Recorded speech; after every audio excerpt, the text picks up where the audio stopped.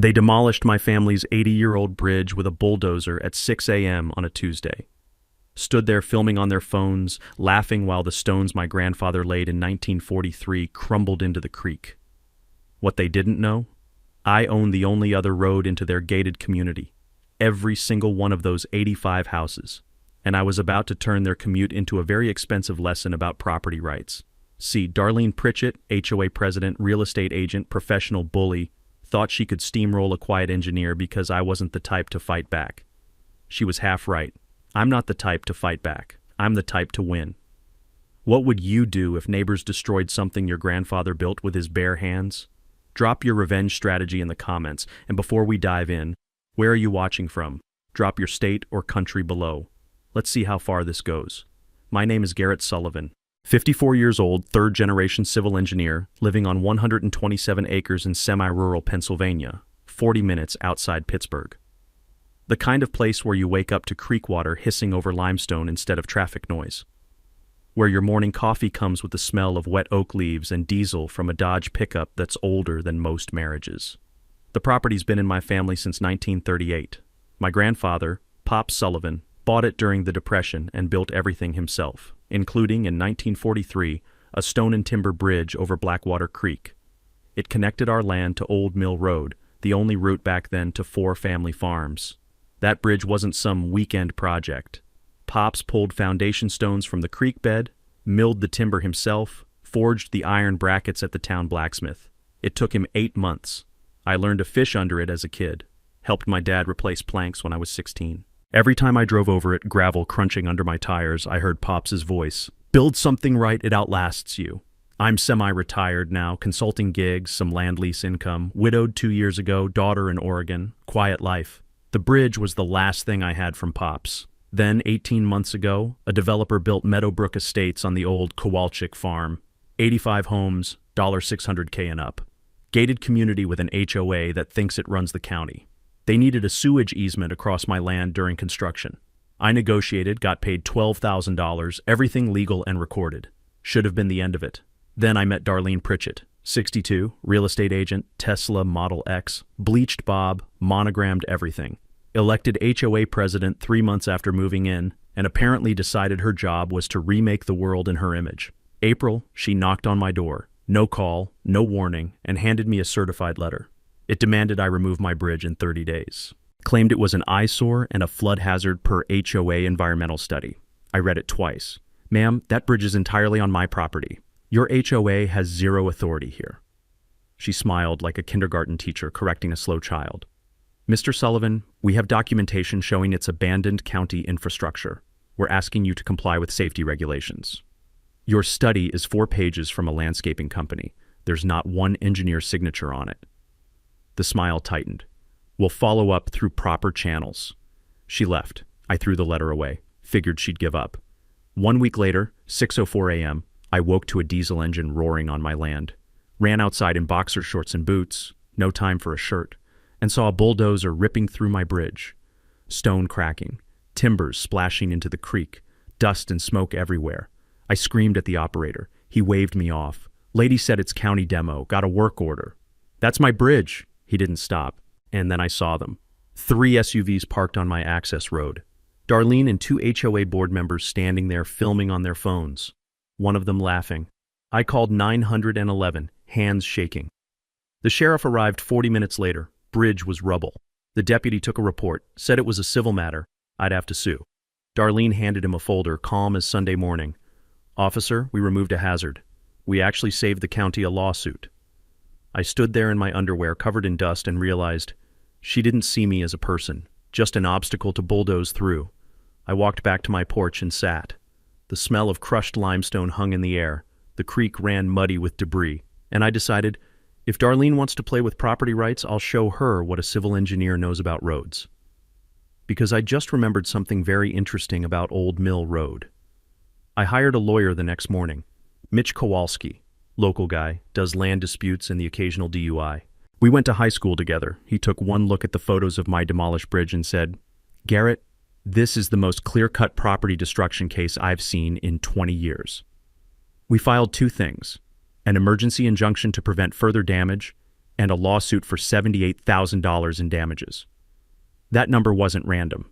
$35K for reconstruction, $25K for historical value, $18K for emotional distress.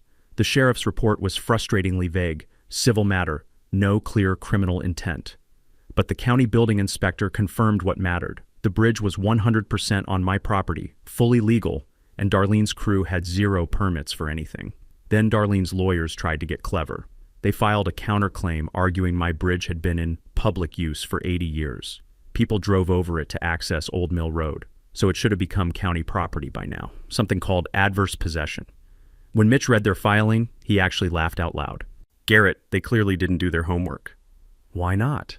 Because adverse possession only works if the real owner abandoned the property or stopped maintaining it. You've got 30 years of receipts for bridge repairs in your filing cabinet. He was right. I'd kept everything. Every plank replacement, every bag of gravel, every can of wood sealant. My dad taught me that.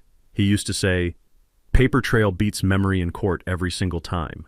We submitted decades of maintenance records, photos of my private property signs, and tax documents showing the bridge was always listed as part of my assessed property value. The judge dismissed their counterclaim in 3 weeks flat. I won't lie, that felt good. But it was just round one. Darlene wasn't the type to back down, not even close. Her HOA doubled down and hired a Pittsburgh law firm, the kind with marble lobbies and lawyers who bill $250 an hour just to read your email. They filed a motion claiming my lawsuit was frivolous and harassment, demanded I pay $50,000 in their legal fees for wasting everyone's time.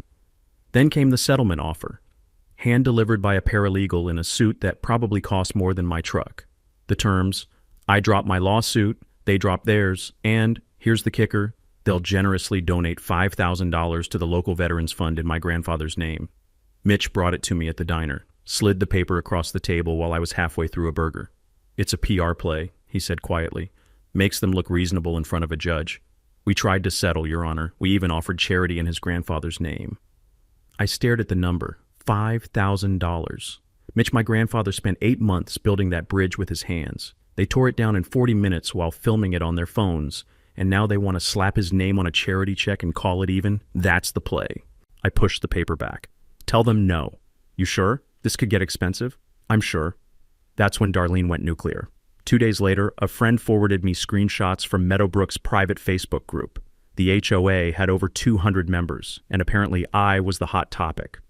Darlene's post read, local landowner blocking community safety improvements, refuses to cooperate with flood mitigation efforts that could protect your families. Some people care more about old junk than their neighbor's well-being. Another post mentioned me running outside in my underwear and hinted I might be going through something after my wife's death. The comments piled on. Sounds unstable. Why is the county allowing this? Our property values are dropping because of one guy? It spread to next door within hours. Someone started a thread. Is Garrett Sullivan the problem with our neighborhood? I don't do social media. Never have. But watching strangers call me unstable and selfish, people who'd never met me, never heard my side, that stung more than I expected. Lyle called that night. Garrett, you see what they're posting about you? Yeah. You gonna respond? I was on my porch watching the sun set over the creek. The air smelled like incoming rain, that sharp, clean ozone smell mixed with mud from the bank. No. What? Why not? Because responding means I'm playing her game, and I'm not interested in Facebook wars, Lyle. Then what are you interested in? Winning. There was a pause. You got a plan? Working on it. I hung up and pulled out my old Rolodex. Yeah, I still have one. Actual paper cards in a spinning file. I'm 54. Sue me. I started flipping through names. Engineers I'd worked with over 30 years. Surveyors who owed me favors. County clerks who'd been around long enough to remember when handshake deals still meant something. People who knew where the skeletons were buried, figuratively speaking. The next morning, Rosalie Chen called. She works in the county planning office, 15 years, knows every permit application, every zoning variance, every backroom deal that slides through when nobody's watching. Garrett, she said, voice barely above a whisper, I shouldn't be telling you this. Then don't, I said. I don't want you getting in trouble. Too late. Listen, Darlene's been pushing hard for expedited approvals on some expansion plans for Meadowbrook. New community center, tennis courts, the whole 9 yards. And she's been getting them pushed through fast, suspiciously fast. How fast? 90-day reviews getting done in 3 weeks. And here's the thing. Commissioner Todd Grisham is the one signing off on everything. I wrote the name down. Should I know him? He's Darlene's boyfriend. They bought a vacation condo together in Florida last year. Public record. Both names on the deed. I stopped writing. You're telling me a county commissioner is fast-tracking permits for his girlfriend's HOA? I'm telling you that property records don't lie. What you do with that information is up to you. Rosalie, I owe you dinner. Just be careful. These people have friends in high places. I hung up and smiled for the first time in days, because people with friends in high places always make the same mistake. They think they're untouchable. And when you think you're untouchable, you get sloppy.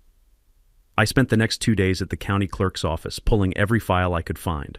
Property records, easement agreements, utility right-of-ways, old survey maps from the 1940s that smelled like dust and yellowed paper.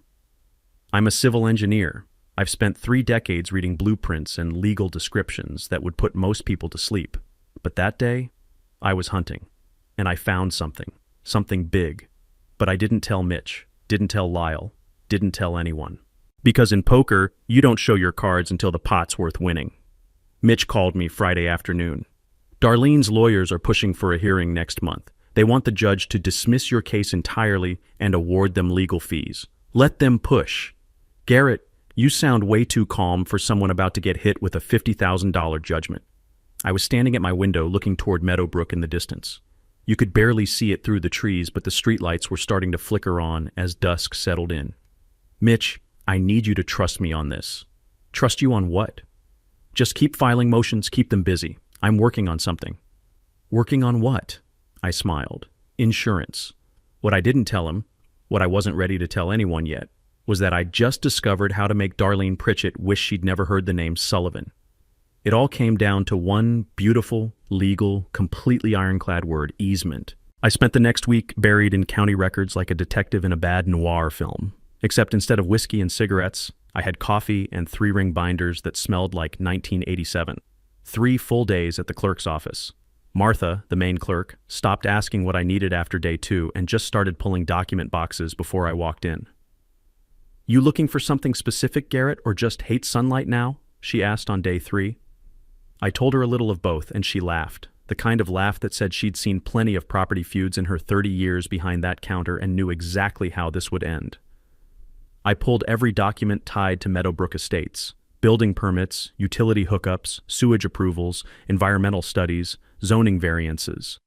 Created a spreadsheet, color-coded and cross-referenced like I was preparing for trial.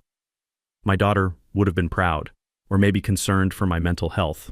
That's when I found the crack in Darlene's armor. Meadowbrook's sewage system, a private treatment plant serving all 85 homes, had received conditional approval from the Pennsylvania Department of Environmental Protection back in 2023. That word conditional is important. It meant temporary approval pending final upgrades and inspection within 18 months. I checked the deadline. 14 months ago. They'd missed it. Then I found 2 extension requests, both approved by the DEP regional office, both with recommendation letters attached. And guess who signed those letters? Commissioner Todd Grisham, Darlene's boyfriend. I leaned back and the chair made that loud government building creak that echoes through rooms built during the Carter administration. Martha, I need copies of all this, she sighed. How many trees we killing today? I grinned. All of them. That night I called Brianna Holt, my former intern, now an environmental engineer in Philadelphia with more credentials than I can pronounce. Garrett Sullivan, she answered over stadium noise. This better be good. Phillies are losing and you're interrupting my suffering. I explained the expired permit situation, and she whistled low through her teeth. If they're operating on an expired conditional permit, that's a violation. DEP won't catch it unless someone complains, but once it's flagged, mandatory inspection within 60 days. If the system fails, they could get shut down entirely. Residents would have to truck out sewage at $400 per household per month until repairs are done. Could take half a year. I asked if she could send me the complaint form. She paused. Garrett, you file this, you're going nuclear. You sure? I told her I'd think about it, but I didn't need to think long. The next day, Darlene made my decision for me. I got 3 county code enforcement citations delivered by certified mail, all dated the same day. First citation, unlicensed junk vehicle for my dad's 1979 F-150 sitting behind my barn. It had been there 15 years, never bothered anyone, Second, unsecured burn pile for an ash heap from clearing brush. Third, illegal signage, because my no trespassing signs were apparently 2 inches too tall per township code. Each violation carried $150 per day fines if not fixed within 10 days. I called the code enforcement officer, a nervous kid named Tyler who couldn't have been older than 24. Tyler, I've lived here my whole life. Why am I suddenly getting citations for stuff that's been here for years? He hesitated, then dropped his voice. Mr. Sullivan, I was told to drive by your property daily and document violations. I'm just doing my job. I asked who gave the order. He wouldn't say, but he didn't have to. Only one person had that kind of pull with the township. I took photos of the citations and texted them to Lyle. He called back immediately, furious. Garrett, nobody else in this township's gotten a citation in 6 months. This is targeted harassment. I told him I knew, and I told him what I was planning to do about it. There was a long silence on his end. Then he started laughing. That deep, wheezing laugh he gets when something's either brilliant or completely insane.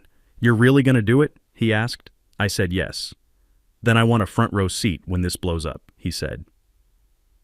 That afternoon, I filled out Brianna's DEP complaint form, attached copies of the expired permit and Grisham's recommendation letters, and dropped it in the mail. Then I called Mitch and told him to file the code enforcement counter-complaint, harassment, selective enforcement, abuse of authority. While I had him on the phone, I asked him to pull one more document for me, the original plat map for Old Mill Road, dating back to 1952. He asked why. I told him I'd explain later, but I had a hunch about something that might change the entire game. He said he'd have it by end of week. I hung up and stood on my porch, watching the sun drop behind the tree line. The air smelled like fresh-cut grass from a neighbor's lawn and the faint diesel exhaust from Highway 29 a mile away. Somewhere in the distance, I could hear Meadowbrook's landscaping crew running leaf blowers, that high-pitched whine that never quite stops in gated communities. I smiled because in about 60 days, the DEP was going to show up at Darlene's door with clipboards and bad news, and she'd have no idea I was the one who invited them. Sometimes the best revenge isn't loud. It's paperwork filed in triplicate with a government agency that doesn't care who your boyfriend is. The code enforcement citations kept coming. Every 3 days, like clockwork, Tyler, the nervous code officer, would show up with a new violation. My mailbox was 6 inches too far from the road. My gravel driveway had excessive dust concerns. My firewood stack was visible from public right-of-way and constitutes visual blight. Each citation carried the same threat, $150 per day if not remedied within 10 days. I fixed the first few just to avoid the hassle, but by the 5th citation I stopped, called Mitch instead. This is harassment, he said flatly. Document everything. We'll bury them in court. But court takes time, and Darlene knew it. She was bleeding me with 1,000 small cuts, hoping I'd give up before the real fight even started. Then I got an unexpected visitor. Sunday afternoon, a man in his early 50s knocked on my door, looking like he'd rather be anywhere else. Mr. Sullivan, my name's Ken Ashford. I live in Meadowbrook. I need to talk to you about Darlene Pritchett. I invited him in, made coffee, and waited. Kent sat at my kitchen table, hands wrapped around his mug, like he needed the warmth. I'm the HOA treasurer, he said quietly. Elected position, and I've been documenting financial irregularities for 6 months. He pulled a folder from his bag and spread documents across the table, bank statements, invoices, meeting minutes with dates that didn't match. Darlene's been paying herself consulting fees, $4,000 a month. It's not in the bylaws. Nobody voted on it. And this, he tapped an invoice dated the day after my bridge was demolished. She used HOA funds to pay for your bridge demolition. $28,000, listed it as emergency infrastructure repair, no board vote. She falsified the meeting minutes afterward to make it look legitimate. I stared at the numbers.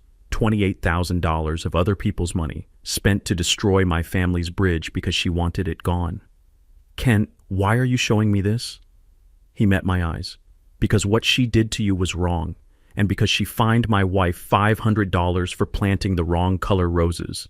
I'm tired of living under a tyrant. I asked if he understood the risk. If Darlene found out he'd leaked financial records to me, she'd make his life hell. He smiled grimly. She already does. At least this way I'm fighting back. I made copies of everything and shook his hand. You're a good man, Kent. He shrugged. I'm just an accountant who hates fraud. After he left, I sat with the documents and started piecing together the pattern. The expired septic permit. Todd Grisham's signed recommendation letters, the falsified HOA minutes, the embezzlement. It wasn't just about my bridge anymore. Darlene and her boyfriend had built a little empire of corruption, and they'd gotten away with it because nobody had bothered to look closely, until now. I picked up my phone and called Andrea Walsh, a local investigative journalist who'd written a few solid pieces about county corruption over the years. "Andrea, it's Garrett Sullivan. I've got a story for you." She sounded interested but cautious. "About the bridge dispute? I read about that." I told her it was bigger, much bigger. "How about county commissioners taking money from developers, HOA presidents embezzling and committing fraud, environmental permits being covered up?" Long pause. "Mr. Sullivan, if you're serious, I need documentation." I told her I had 400 pages of it. "When can we meet?" she asked. We met the next day at a diner halfway to Pittsburgh. I brought the binder. She brought a recorder and a legal pad. For 2 hours, I walked her through everything. The bridge demolition, the code enforcement harassment, Grisham's conflict of interest, the expired septic permit, Kent's financial records showing embezzlement and fraud. She took notes, asked sharp questions, requested copies of key documents. When I finished, she sat back and exhaled slowly. "This is a legitimate scandal," she said. "But I need to verify some of this independently before I can publish. Give me a week." I told her to take whatever time she needed, but to be careful, Darlene had friends in the county government. Andrea smiled. "Mr. Sullivan, I've been doing this for 15 years. I know how to protect my sources." She published 5 days later. The headline ran online first. "County Commissioner linked to developer in land dispute. Ethics questions raised." The article laid out Grisham's relationship with Darlene, the expedited permits, the campaign contribution from Meadowbrook's HOA PAC, with Darlene listed as treasurer. It didn't mention the embezzlement yet. Andrea was holding that for a follow-up once she verified Kent's documents independently, but the damage was immediate. The article got picked up by a Pittsburgh TV station. By that evening, news vans were parked outside the county courthouse. Grisham released a statement denying wrongdoing, but the county ethics board announced an investigation within 48 hours. My phone started ringing. Other reporters wanting interviews, township supervisors suddenly interested in my code enforcement complaints, even a few Meadowbrook residents reaching out to apologize. I didn't answer most of the calls, just sat on my porch, watching the sun set over the creek, and smiled. Because for the first time since that bulldozer showed up, Darlene wasn't controlling the story anymore. I was. And the best part? She had no idea how much more ammunition I still had. The road, the expired easement, the DEP complaint working its way through the bureaucracy. I was just getting started. Lyle texted me that night. "You magnificent bastard, she's spiraling." I texted back, "Good. The media firestorm around Grisham lasted 3 days before the real bombshell dropped." Andrea called me Tuesday morning, voice buzzing with energy. "Garrett, I verified Kent's documents. The embezzlement story runs tomorrow, but I wanted to give you a heads up, it's going to get ugly." I thanked her and hung up. Then I called Mitch. "It's time," I said. "Time to show them what I really own." Wednesday morning, while Andrea's embezzlement article was setting the internet on fire, Mitch filed 2 documents with the county. First, formal notice that I was withdrawing public access to Old Mill Road, effective in 30 days. Second, notification that the utility easement Meadowbrook had been using for sewage and power lines across my property had expired due to a clerical error in the original agreement, and I was not renewing it. Both documents were public record. Both were completely legal. And both landed like grenades in the middle of Darlene's already burning world. My phone rang within an hour, county engineer's office sounding panicked. "Mr. Sullivan, we're reviewing your filing about Old Mill Road. Our records show this as a public road." I explained calmly that their records were wrong. The road had never been formally deeded to the county, and I had the 1952 survey documents to prove it. Long silence on the other end, then the sound of papers shuffling frantically. "Sir, if you close that road, Meadowbrook Estates loses its secondary emergency access route. Fire department response time would triple during rush hour." I told him that wasn't my problem. I was simply exercising my legal rights as a private property owner. He said he'd need to escalate this and hung up so fast I heard the phone rattle against the receiver. Then the calls started flooding in. Fire chief, township supervisors, county planning director, everyone suddenly very concerned about public safety and emergency access and community welfare. I gave them all the same answer. The road is private, always has been, and I'm within my rights to restrict access. If Meadowbrook wants continued use, they're welcome to negotiate an easement agreement at fair market rates. One supervisor actually sputtered, "But Mr. Sullivan, you can't just—" I cut him off politely. "Actually, sir, I can. Check the deed records." By noon, the story had leaked to reporters. Andrea called again, barely containing her excitement. "Garrett, is it true you own the only alternate route into Meadowbrook?" I confirmed it. She laughed, that sharp, disbelieving laugh journalists get when a story gets better than they imagined. "This is incredible. They destroyed your bridge and you own their backup road? That's almost poetic." I told her it gets better. Their sewage and power easement had also expired, meaning they'd been running utilities across my land illegally for months. She asked if I was really going to cut off their access. I said I hadn't decided yet, but fair compensation for use of my property seemed reasonable. "What's fair compensation?" she asked. I leaned back in my chair, heard that satisfying creak of old wood. A rebuilt bridge would be a good start. The panic inside Meadowbrook was immediate and total.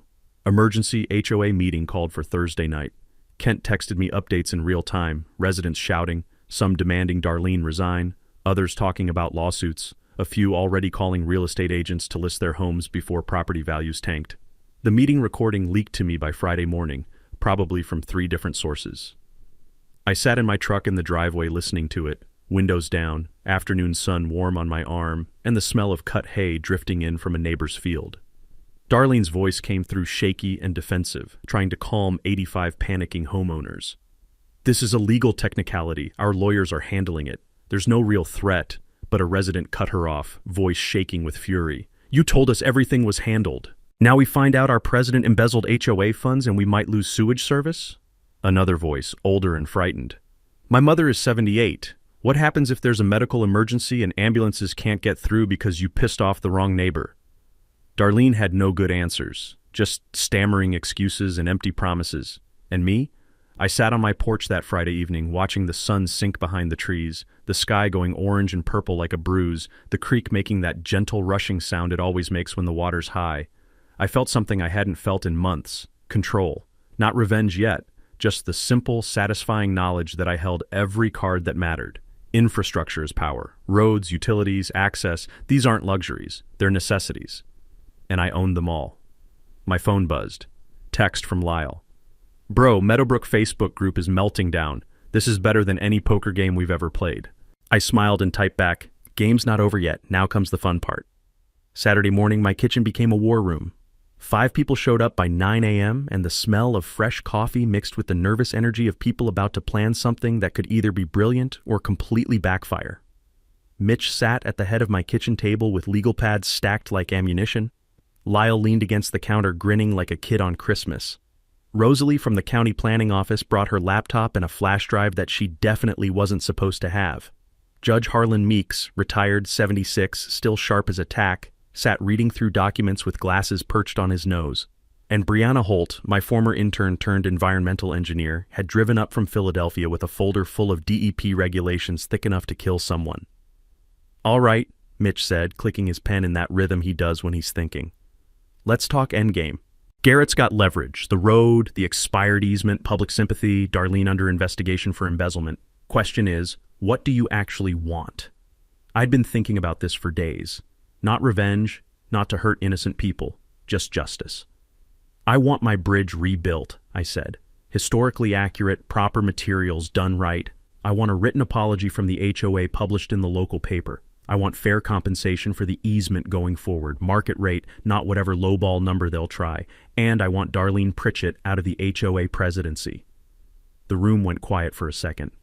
Then Judge Meeks looked at me over his glasses. "Son, that's all reasonable. But here's what you need to understand.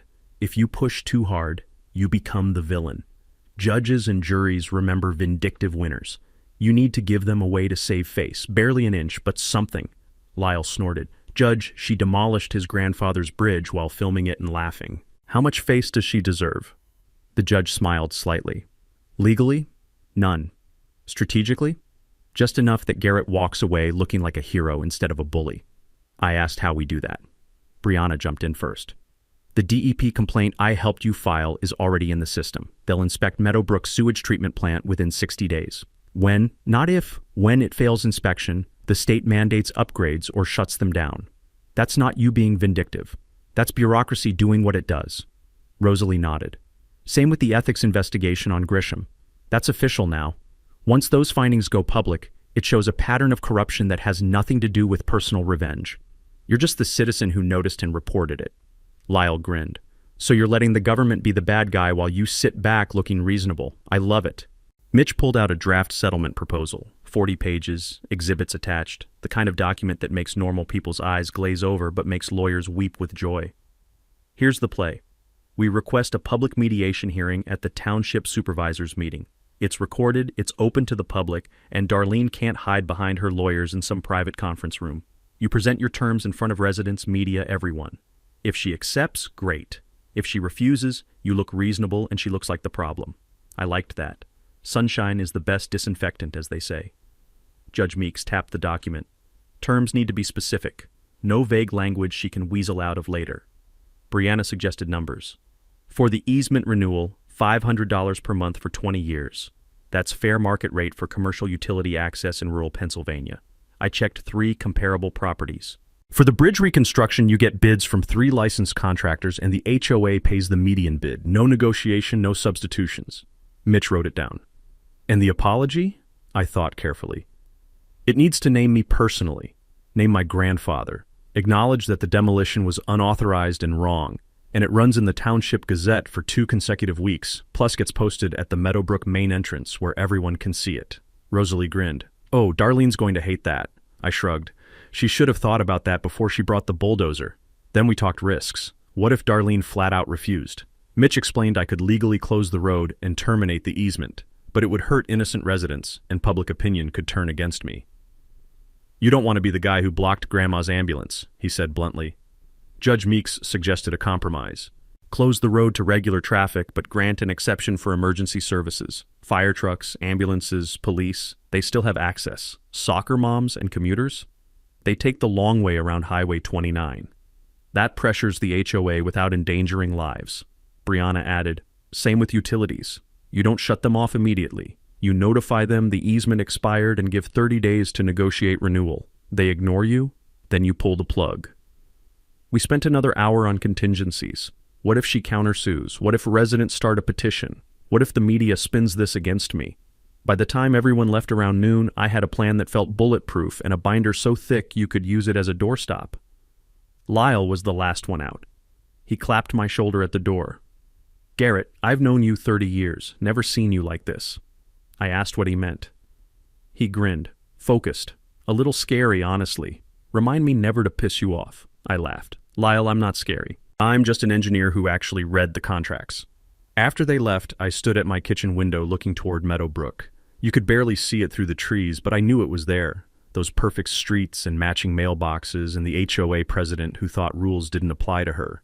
The house smelled like coffee grounds and old paper, that musty scent legal documents get when they've been photocopied too many times. Outside, a crow landed on my porch railing and cocked its head at me, like it was asking what came next. I smiled. What came next was simple. I was going to give Darlene Pritchett exactly one chance to do the right thing, and when she didn't take it, because people like her never do, I was going to show her what happens when you tear down a bridge owned by someone who actually knows how infrastructure works. Darlene's world was collapsing, and desperate people do desperate things. I should have seen it coming. Monday night, 2:30 a.m., I woke to chainsaws ripping through the darkness. Not distant, close, on my land. I grabbed my phone, pulled on boots over sweatpants, and ran outside. 2 men I'd never seen were cutting down oaks along Old Mill Road's boundary, dropping 60-year-old trees across the road in clouds of sawdust. The smell of fresh-cut wood and chainsaw exhaust filled the air, mixed with that sharp ozone scent night air gets in Pennsylvania spring. I started filming as I ran toward them, shouting over the noise. This is private property. What the hell are you doing? The guy running the chainsaw looked up, saw me, yelled something to his partner. They dropped tools and sprinted for a white rental pickup. I got close enough to film faces, got the truck in frame as they peeled out, gravel spraying, called 911 immediately, hands shaking. Told the dispatcher vandals were destroying my property, gave the location, said I had video evidence. She said a deputy was 20 minutes out. I walked the damage with my phone flashlight. 4 trees down, 2 completely blocking the road, 2 more halfway cut and leaning dangerously. If I hadn't woken up, they'd have finished and Old Mill Road would have been impassable for weeks.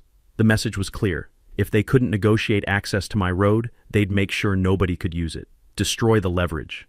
I stood there surrounded by sawdust and the sound of settling branches, feeling my jaw tighten. This wasn't a legal fight anymore. This was war. Deputy Collins arrived 40 minutes later, same guy who'd handled my bridge demolition. He walked the scene, took photos, watched my video 3 times. "Garrett, this is criminal mischief minimum, possibly conspiracy. You pressing charges?" I asked if he could ID them from the footage. He zoomed in on a frame showing the truck's rental company logo. "I'll run it down." Then he pointed at something I'd missed, a work glove dropped in the rush to escape. He bagged it. "Might get prints. Watch your back, Garrett. You've made enemies." Collins called the next morning. "Ran the rental. Paid for with a credit card belonging to Marcus Pritchett." I asked who that was. "Darlene Pritchett's son, 29, works in her real estate office." There it was. I asked if we could charge him. Collins hesitated.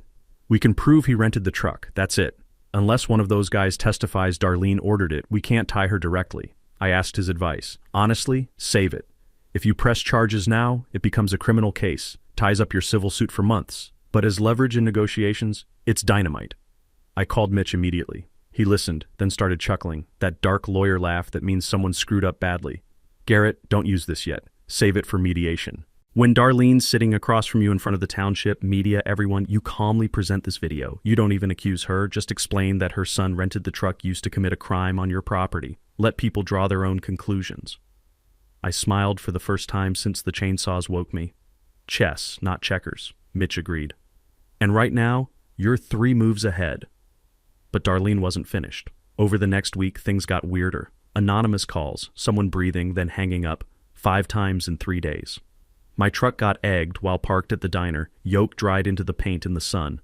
Then Thursday morning, I found a dead raccoon on my porch, positioned deliberately, clearly left as a message. None of it was prosecutable, but it was designed to scare me, make me back down. Lyle came over that evening, saw the raccoon situation, shook his head. "She's spiraling. This is what bullies do when they lose. They lash out." I asked if it would escalate. He met my eyes. "Probably. But you've got cameras, documentation, law on your side. She's got desperation. I know which hand I'd rather hold." Friday, I attended the township supervisors meeting, sat in back, said nothing. But my presence was noticed. During public comment, 3 Meadowbrook residents complained about me, holding the community hostage, endangering public safety. One even suggested eminent domain to seize my road. The supervisors asked if I wanted to respond. I stood, kept my voice level. "I'm not holding anyone hostage. I'm exercising property rights. If Meadowbrook wants access, they can negotiate through my attorney. But I'm not giving away what I own for free, especially not to people who destroyed my family's bridge." I sat down. One supervisor nodded. "Mr. Sullivan, we're scheduling a public mediation hearing 2 weeks from today." I thanked him and left. Walking to my truck, I spotted Darlene's Tesla 3 spaces over. She sat in the driver's seat staring at me through the windshield. We locked eyes. She didn't look angry anymore. She looked terrified. Good. In 2 weeks, in front of everyone, I'd lay out exactly what she'd done, what it cost, and what it would take to fix. And there'd be nowhere left to hide. The week before mediation, everything accelerated. Sunday afternoon, Kent knocked on my door looking like he'd aged 5 years overnight. "Garrett, we need to talk. Now." I let him in, made coffee that neither of us drank, and waited. He pulled out a laptop and a stack of documents printed so hastily the pages were still warm. I got removed as HOA treasurer Friday. Darlene called an emergency board vote, said I was creating unnecessary conflict. 3 of her cronies voted me out. He opened the laptop. But before they locked me out of the accounts, I downloaded everything. 2 years of bank statements, every transaction, every invoice. He turned the screen toward me. Highlighted line items told a story that made my stomach turn. Darlene had been paying herself consulting fees, $4,000 a month for 18 months. $72,000 total, never approved by residents, never even mentioned in meeting minutes. Then there were vendor payments to her nephew's landscaping company, her brother-in-law's HVAC business, all inflated beyond reason. "Conservative estimate," Kent said quietly. "She's funneled about $200,000 out of HOA reserves into family pockets." I stared at the numbers, feeling that cold anger you get when you realize someone's corruption goes deeper than you imagined. "Kent, why bring this to me? Why not the police?" He closed the laptop and I heard that plastic click that sounds too loud in a quiet room. "I tried. Filed a DA complaint Friday. They said it's a civil matter. Hire a lawyer and sue. They won't prosecute unless there's clear fraud, and Darlene's been smart. Everything's documented as business expenses, just massively inflated and paid to relatives. It's corruption the legal system won't touch. He met my eyes. So I'm bringing it to you. You're the only person fighting her and actually winning. I called Mitch immediately, put him on speaker. After Kent walked through the documents, Mitch whistled low. This is textbook self-dealing and breach of fiduciary duty. HOA members can sue her personally, and Garrett, this destroys what's left of her credibility before mediation. I asked if we could use it directly. Mitch thought carefully. You're not a Meadowbrook resident, so their finances aren't your fight. But if Kent goes public... Kent didn't hesitate. I'll testify. I'll give interviews. Whatever it takes. She's been stealing from 85 families, including mine. I called Andrea Walsh. Within 2 hours, she was at the diner, laptop open, cross-checking Kent's evidence against public records. Mr. Ashford, I'll need to verify this independently before publishing. Kent handed her a flash drive. Everything's there. Bank records, invoices, meeting minutes. Verify however you need. She looked at me. Garrett, this doesn't directly involve your dispute. I shrugged.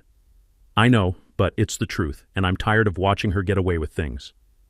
The article dropped Wednesday morning, 3 days before mediation. Meadowbrook HOA president accused of self-dealing. Documents show suspicious payments to family. Andrea had contacted vendors, confirmed inflated pricing, got one to admit giving Darlene referral kickbacks. She'd interviewed 4 residents anonymously. The story was bulletproof. By noon, Meadowbrook's Facebook group was melting down. Residents demanding Darlene resign, threatening lawsuits, starting recall petitions. The DA's office suddenly decided to review the matter. And Darlene? Complete silence. No statement, no defense. Her office voicemail full. Social media dark. Thursday night, Kent texted, emergency HOA meeting, board voting on Darlene's removal. FYI. I didn't attend.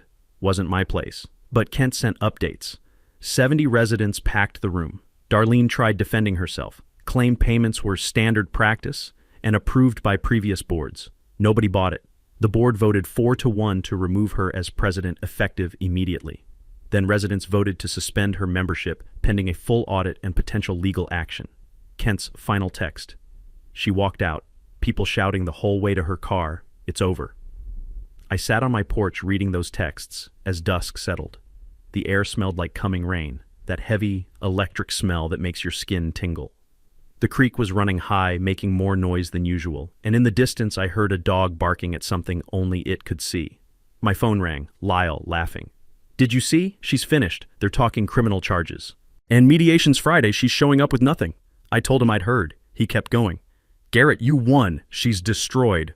But that's not how it felt. Winning wasn't about destroying Darlene. It was about getting what I was owed. And I wasn't owed her humiliation. I was owed a bridge. I called Mitch. Friday's mediation, I want to be clear. I'm not going there to gloat or twist the knife. I'm going to get my bridge rebuilt and move on with my life. Long pause on his end. Garrett, you're more generous than she deserves. But don't give away too much. She still owes you everything. I watched the sun disappear behind the tree line, turning the clouds the color of a fresh bruise. Mitch, I know what she owes, but I also know Pops wouldn't want me winning by being cruel. He'd want me winning by being right. Mitch chuckled softly. All right then, see you Friday. Let's finish this. Friday night, 7 p.m., the township municipal building was packed beyond capacity. Fire marshal limit was 150. At least 200 people crammed inside, standing along walls, sitting in aisles. The air smelled like burnt coffee and nervous sweat and that old building mustiness government offices get. 3 TV crews. Live stream running with over 5,000 watching. I sat at one table with Mitch. Across from us, Darlene and a lawyer who looked fresh out of law school, probably the only one willing to take her case. She looked diminished. Hair not perfect. No Tesla keys. No monogrammed anything. Just someone who'd run out of road. Supervisor Chen spoke first. This mediation addresses the dispute between Mr. Garrett Sullivan and Meadowbrook Estates HOA. Mr. Sullivan requested this hearing. Please proceed. I stood. Didn't need notes. I'd lived this story for 2 months. Supervisors, neighbors, media, thank you for being here. I'll keep this simple. I clicked Mitch's laptop. Photos appeared on the screen. My bridge before demolition, 80 years old and solid. April 16th, 6:04 a.m. Meadowbrook HOA President Darlene Pritchett ordered this bridge demolished. built by my grandfather in 1943, on my property, fully legal, destroyed without permission, without permits, without authority. Next photo. The bulldozer mid-demolition, Darlene and board members visible in background with phones. Here they are watching and filming. One is laughing. The room went silent except for camera shutters. I clicked through Facebook screenshots. After destroying my bridge, Miss Pritchett called me unstable on social media, claimed I was blocking safety improvements. Next, code enforcement citations. Then came harassment, weekly violations for things that existed on my property for decades. Code enforcement admitted they'd been ordered to target me. Darlene's lawyer whispered urgently. She stared at the table. Then this. I played the chainsaw video. Men cutting trees at 2:30 a.m., fleeing when confronted. Sabotage attempt. Sheriff traced the rental truck to Marcus Pritchett's credit card, her son. Murmurs rippled through the crowd. Darlene went pale. I haven't pressed charges because I'm not interested in revenge. I want justice. I turned off the projector and faced the room directly. During this fight, I discovered something. I own Old Mill Road, the private road that's Meadowbrook's emergency access. I have the 1952 deed, their utility easement for sewage and power, expired 14 months ago due to their clerical error. They've been operating illegally. Several Meadowbrook residents looked sick. I could close that road tomorrow, terminate utilities. Legally, I'd be within my rights. I paused. But I won't, because that punishes innocent people. And they're not who I'm angry at. I pulled out papers. Here's what makes this right. Meadowbrook pays $78,000 for bridge damages. They fund reconstruction. Historically accurate, about $120 total. Written apology published in the Gazette for 2 weeks. New easement, $500 monthly for 20 years, plus free emergency vehicle access because I'm not cruel. And all harassment stops. No more weaponized code enforcement. No more sabotage. No more attacks. I looked at Darlene. You thought you could bulldoze a quiet engineer because I wouldn't fight back. You were half right. I didn't fight back. I fought smart. Read the deeds, pulled the permits, documented everything. My voice dropped. My grandfather spent 8 months building that bridge with his hands. You destroyed it in 40 minutes while laughing. So here's what happens.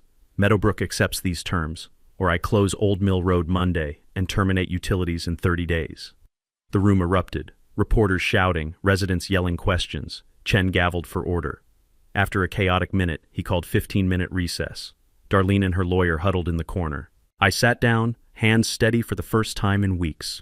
When we reconvened, Meadowbrook's interim board president, a nervous accountant named Patterson, stood. Mr. Sullivan, the interim board has reviewed your terms. We accept. All of them. We'll have formal documents prepared by Monday. He looked at Darlene with something like disgust. And on behalf of the community, I apologize. What happened to your bridge was wrong. What happened after was worse. We'll make it right. Supervisor Chen nodded. Miss Pritchett, do you have anything to add? She stood slowly, face blank. For a moment, I thought she might apologize. Instead, she said quietly, I acted in what I believed were the community's best interests. That was it. No apology, no acknowledgement, just deflection. Chen's expression hardened. The terms are accepted. This mediation is concluded. The room exploded. Reporters rushing forward. Residents mobbing Patterson with questions. Cameras everywhere. I stayed seated, watching Darlene walk toward the exit. People moved aside like she was contagious. At the door, she turned and looked at me one last time. I didn't look away. Didn't gloat. Just held her gaze until she left. Outside in the parking lot, the night air was cool and clean, smelling like fresh-cut grass from the township lawn. Lyle was waiting by my truck, grinning. You did it, man. You actually did it. Mitch clapped my shoulder. Garrett, in 30 years of law, I've never seen someone dismantle an opponent that thoroughly without raising their voice. I looked up at the stars. Clear night. Milky Way visible like spilled salt. I didn't dismantle her, Mitch. She dismantled herself. I just showed everyone the receipts. We stood there a moment. Then I climbed in my truck, drove home, sat on my porch, and for the first time since that bulldozer showed up, I felt something close to peace. The settlement documents were signed by Wednesday. $78,000 in damages hit my account by Friday. The written apology ran in the Township Gazette the following week, half a page, formal and stiff, signed by Meadowbrook's interim board. Darlene's name was conspicuously absent, but everyone knew. The second week it ran, someone posted a photo of it on the Meadowbrook entrance sign. It stayed there for 3 days before anyone took it down. Bridge reconstruction started in early June. I hired a local stonemason recommended by the Historical Society, guy named Vernon, who'd restored 3 covered bridges in the county and understood what historically accurate actually meant. We used stones pulled from the creek, same as Pops had done, plus new timber milled from oaks on my property. The design was an exact replica of the 1943 bridge, but engineered to modern safety standards. Cost came in at $118,000, under budget. Vernon said that never happens, but I think he undercharged because he believed in what we were building. On a Saturday in July, I invited the township to a stone setting day volunteer event where people could help place stones under Vernon's supervision. I expected maybe 20 people. 67 showed up. Families with kids, retirees, a handful of Meadowbrook residents who wanted to be part of fixing what their HOA had broken. We worked from 8 a.m. to 4 p.m., and someone organized a potluck lunch on my lawn. Fried chicken, potato salad, pies that disappeared faster than I could count. Kids painted decorative stones for the approach path. One little girl, maybe 7, asked why the bridge mattered so much. I told her my grandfather built it so people could help each other, and that's what bridges are for. She nodded like that made perfect sense and went back to painting flowers on her rock. The dedication ceremony happened in September. Small plaque installed on a limestone post. Sullivan Bridge, built 1943 by William Pops Sullivan, rebuilt 2025 by the community. My daughter flew in from Oregon with my 2 grandkids, ages 5 and 3. Judge Meeks gave a short speech about legacy and accountability that made half the crowd tear up. When it was my turn to speak, I kept it brief. Pops always said a bridge connects people. This one almost divided us, but in the end, it brought us together. That's what he would have wanted. My granddaughter ran across the bridge laughing, and that sound, her joy mixed with the creek rushing below and the smell of fresh oak planks, that was the moment I knew we'd done it right. The bigger impact came later. I established the Pops Sullivan Trade Scholarship, annual $5,000 award for local high school graduates pursuing civil engineering, construction trades, or skilled labor. Funded it with $100,000 from the settlement in my savings, set up as a perpetual trust.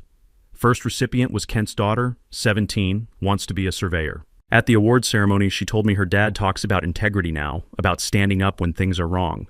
Said watching him help me gave her courage to speak up about things she sees. That hit me harder than I expected. Meadowbrook reformed too. New board, elected by residents, implemented transparency rules, monthly financials published online, all votes recorded, independent audits annually. Several residents thanked me personally. You saved us from worse corruption down the line, one said. I didn't feel like a savior, just felt like someone who'd refused to let a bully win. The county updated permit tracking systems after my case exposed how things had slipped through. Old Mill Road got an official historical marker from the township. And Darlene? She moved away 3 months after mediation. House sold at a loss. Last I heard, she was in Arizona. I don't think about her much anymore. 6 months after the bridge dedication, on a cold March morning, I'm sitting on my porch with coffee, watching sunrise paint the creek orange and gold. My phone buzzes. Text from Patterson, Meadowbrook's president. Mr. Sullivan, spring potluck is Saturday. You're invited as guest of honor. No pressure, just wanted you to know you're welcome. I smile and type back, I'll bring potato salad. Later that day, I walk down to the bridge, run my hand over the stones, smooth and solid. Moss already starting to grow in the mortar gaps like it's been there forever. A pickup truck crosses, driver waves. I wave back. This is what Pops meant about building things that last, not just the stone and timber, the connections, the trust, the knowledge that when someone tears something down, a community can choose to build it back better. Now here's my question for you. Have you ever dealt with an out-of-control HOA, a corrupt board, or a neighbor who thought they were untouchable? Drop your story in the comments. I want to hear how you fought back. And if you're currently in a battle like mine, tell us where you're stuck. This community has your back. If you loved watching justice happen, hit that subscribe button and ring the bell, because we've got more stories of underdogs beating the system. Share this with someone who needs to see that you can win when you're on the right side of the law and the deed. Let's make sure every bully out there knows you can't win when you're wrong and someone's paying attention. Next time, a landlord tries to evict a tenant for unauthorized repairs. Big mistake. Turns out the tenant is a licensed contractor and the building has 47 code violations. You won't believe how this ends. See you then. That's a wrap for today's episode on HOA Stories. If you enjoyed watching Karma in action, smash that like button, comment your thoughts, and let us know if you've dealt with HOA madness too. Subscribe so you won't miss the next HOA meltdown we post.